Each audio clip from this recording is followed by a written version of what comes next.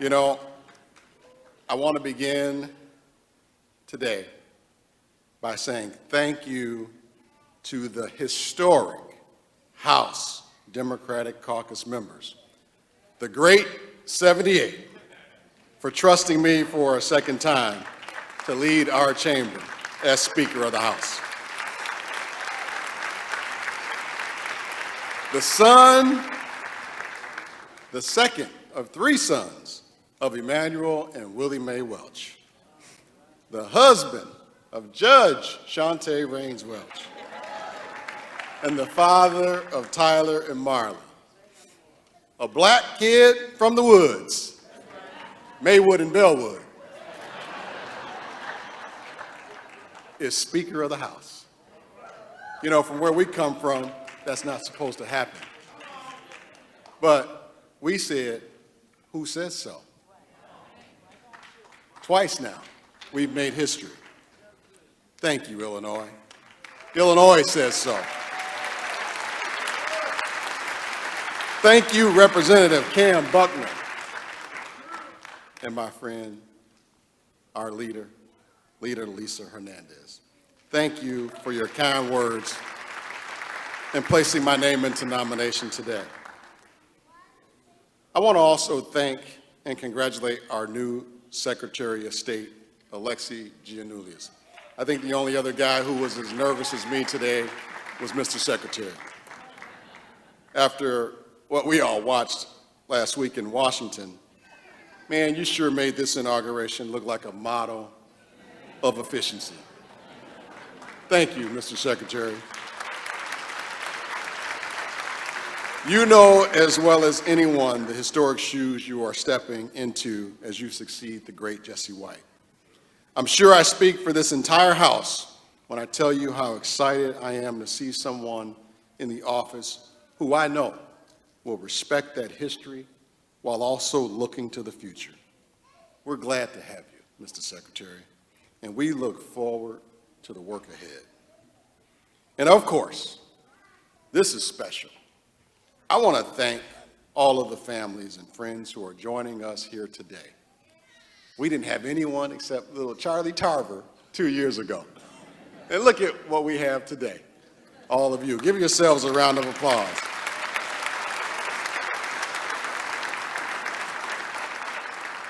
When I first took the speaker's oath 2 years ago at the Bank of Springfield Center, I had my General Assembly family there, and that certainly meant the world to me. But I can't tell you how meaningful it was for the moment that we just saw, and I had an opportunity to share with my wife, Shante Raines Welch. Got a little choked up there. And our children, Tyler and Marley. They watched it on the internet 2 years ago. And I think a lot of our members had that same experience. A lot of our members here today, I'm sure, feel that same way. So many are taking the office today for the first time, but there are those now beginning their second terms, had very much the same experience that I had when taking the oath of office in that Bank of Springfield Center, knowing our friends and our loved ones were watching online, but still missing being able to see and hug the people who were there for us every step of the way. You know, that yelling and cheering and, you know, when names were called, they earned that moment. They earned every bit of that moment. And they didn't have that 2 years ago. So I'm so happy that they were able to have that moment today.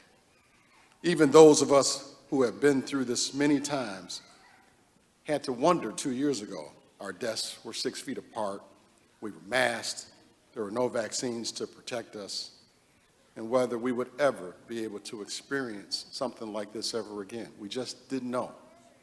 So while the oaths we took here today are the same words we've all said or read before, they are imbued with an added meaning when you can look out and see the people who are the reason we all got a chance to say them. I consider all of this, as I just laid my hand on our family Bible, which my mom bought when my parents bought our first home. She gave it to Shantae and I when we were married 12 years ago. And we, in turn, will likely pass that Bible down to Tyler or Marley one day. You know, in this state, in this country, the dream of owning a home was by no means something that was guaranteed to my parents at that time.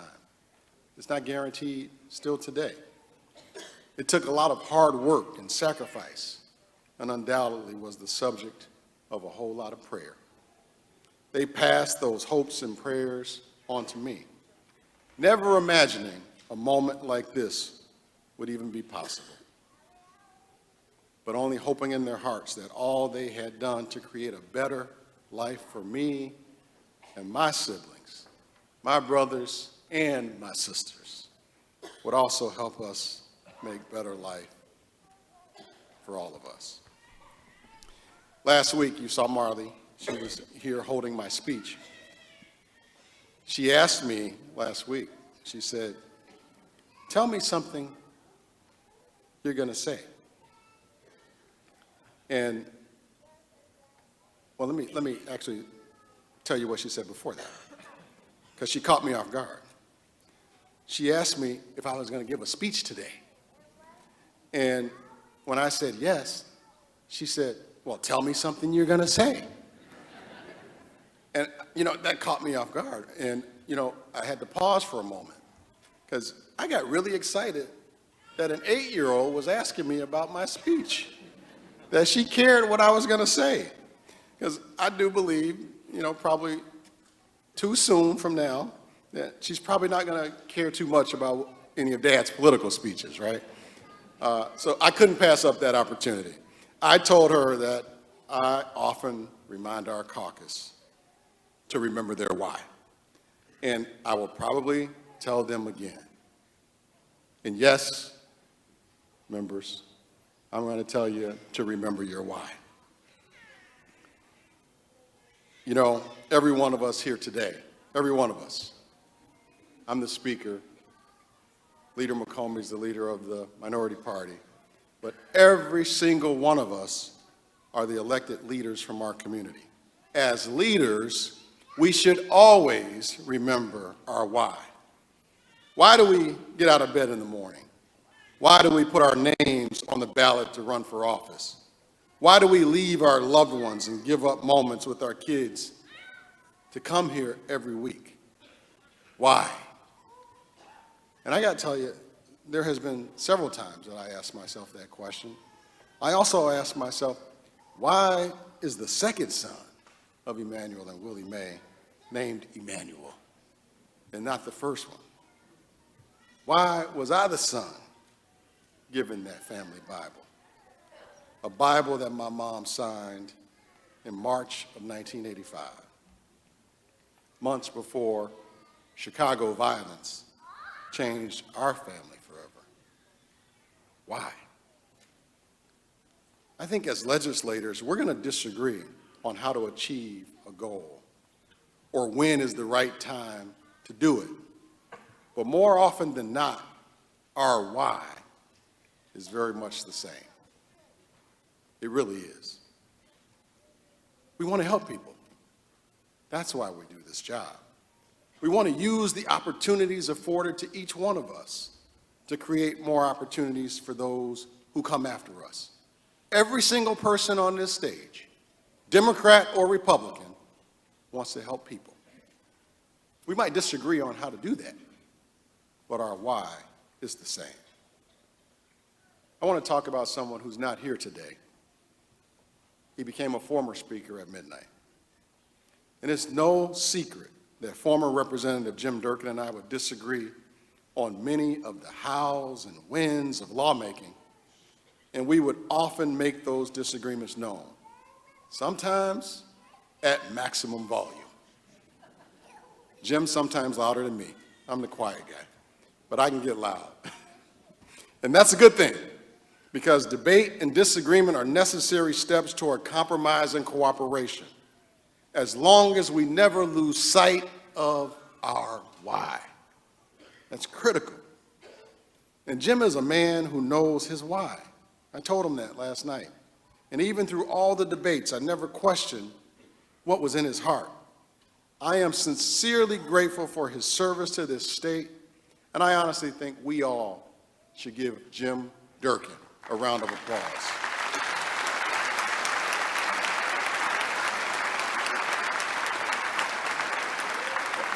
As we just witnessed here, Leader Durkin has now passed the torch to Leader Tony McCombie.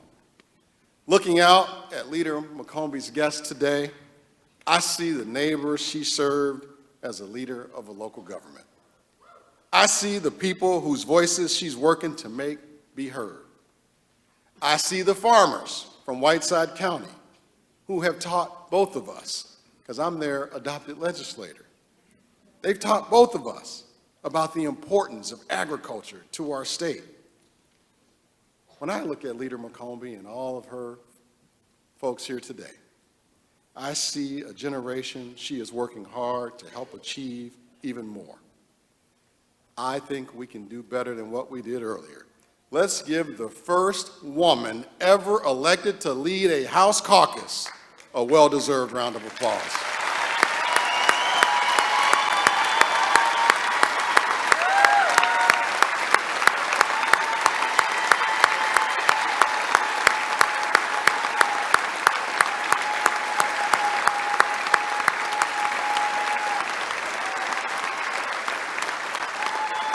Now, if you've ever watched any of our floor debates, you know Leader McCombie and I have disagreed. And while we will certainly have more disagreements, it is my hope that even our disagreements can be productive when we remember that the reasons why we're doing the work are very similar. That's a commitment that I make to every single one of our members, whether Democrat or Republican. Because be clear what just happened here today. I am not Speaker of the Democrats. I'm Speaker of the House.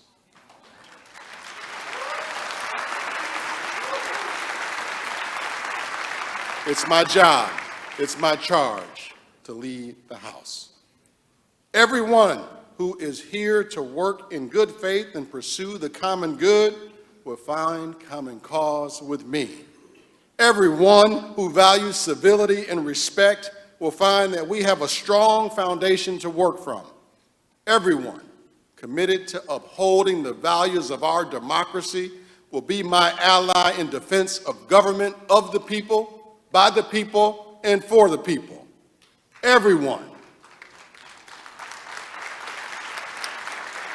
Everyone who is ready to do the people's work and meet the challenges of this moment will have a partner in me, always, every single day. But those who choose discord, and you know the type of discord I'm talking about, because disagreement is healthy. Those who choose discord, those whose blind allegiance to extreme ideology that would dismantle our fundamental institutions, those who would derail the work people have sent us here to do, they will find that this House will not waste the people's time on any of their games. Let's be clear about that. Because we know the work that we were sent here to do. You didn't come down here today to have us waste your time. We have work to do. We have to move this state forward. We must continue fighting for relief for those middle class and struggling families hit hardest by unstable markets. Because we believe the system should reward work, not wealth. We must continue rebuilding Illinois' fiscal house with fiscally and socially responsible budgets. Because we know that your budget is a reflection of what you value. We know that. We must continue to prioritize equity in everything we do. Equity in healthcare, equity in education, equity in workplaces, and yes, also equity in our judicial system. When we say the Pledge of Allegiance, it ends with justice for all. Justice for all means all. We know and we believe that we should have a justice system that works for everyone. And I'm so thankful for this, the judge in my house, the judges in the audience today, the Supreme Court justice, and all who's fighting to make sure our justice system is fair. We must work hard every single day for safer communities for all by providing police with the resources they need right now, investing in communities, though, while we're supporting police, and we've done that at record levels. We also must continue to invest, not disinvest, in communities to attack the root causes of that crime and getting illegal guns off our streets. Getting those guns off our streets, Democrat or Republican. We might disagree on some issues. You saw that here today. You saw it yesterday. But we all want to keep our communities safe. I think keeping our communities safe requires action, though, not just talk. And so we're here to do the work. We must stand up to the extremists who want to pull us backward, because matters of basic human dignity shouldn't be subject to the ideology of politicians and judges. Let's be clear. I hope you can hear me all the way up there. In Illinois, we trust women.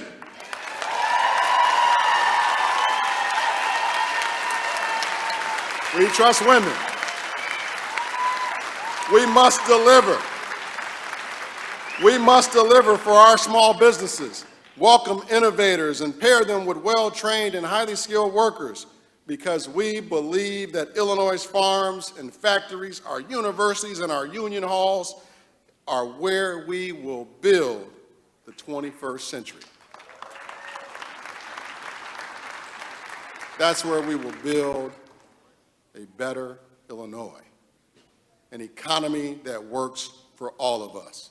We must protect voting rights and workers' rights. We must support our schools and care for our seniors. We must speak up for our big cities, our growing suburbs, and our small towns alike, because we were sent here to provide for the common good, not divide for individual gain.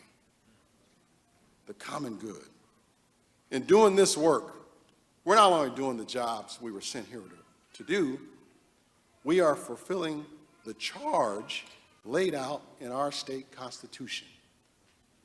And everyone just signed a piece of paper. The charge of the Constitution. Marley asked me if I was going to give a speech. Last Sunday, we were sitting at breakfast at one of our favorite places, and Tyler asked, he said, "Dad, does the Illinois Constitution say we the people?" And my response said, let's look it up. And indeed, the Illinois Constitution starts with a preamble that opens up by saying, "We, the people of the state of Illinois."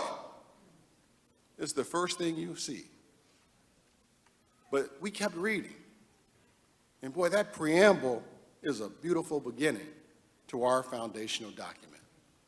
It is a prayer for the strength to provide for the health, safety, and welfare of the people, to maintain a representative and orderly government, to eliminate poverty and inequality, to assure legal, social, and economic justice, to provide opportunity for the fullest development of the individual, to ensure domestic tranquility, to provide for the common defense, and to secure the blessings of freedom and liberty to ourselves and our posterity.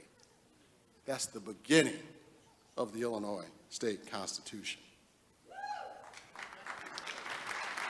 Tyler asked me that question 4 days before the inauguration of the 103rd General Assembly, because I think he was put there to remind me, so I can remind all of you that that's Illinois' why. That's all of our why. When I look around this room full of families and friends, parents and children, I see so many of our personal lives. Because my parents, who I'm so thankful were able to be here today, with all of my family up here, you know, my parents are represented, my parents' prayers are represented by that family Bible. And the dreams I have for my children aren't unique to me. We all share those same dreams. There's something that every one of us in this room want for our own loved ones. And the hope for a brighter future is shared by each of the 12 million Illinoisans we serve in 118 districts. And yes, Representative Fritz, from Chicago to Cairo, from Winnetka to Washington Park, from Westchester to Savannah. Yes, we are all here to fight for all 118 districts. You see, regardless of our region, regardless of our race, regardless of our religion, we all have a common prayer. Our common prayer is that our work today will build a better tomorrow. That's what people in all of our communities hope for every night as they fall asleep. And it's why they get out of bed in the morning. It's up to us, just us, 118 of us, to work just as hard on their behalf. I'm ready to do the work. The House Democratic Caucus is ready to do the work. Together, Leader McCombie, we're ready to do the work. Some people are going to say that we can't work together. But I ask you to join me in saying, yes, we can. Yes, we can. Yes, we will. Because the people of Illinois sent us here to do the work. We know the mission of this moment, and we know our why. Members of the 103rd General Assembly, let's rise to this moment. Let's use this time and all that has been given to us to do the work and move Illinois forward together. May God bless us all. Thank you all so much. Thanks for watching, and if you haven't already, please consider subscribing to our channel. And while you're at it, please leave us a comment. Thank you for watching.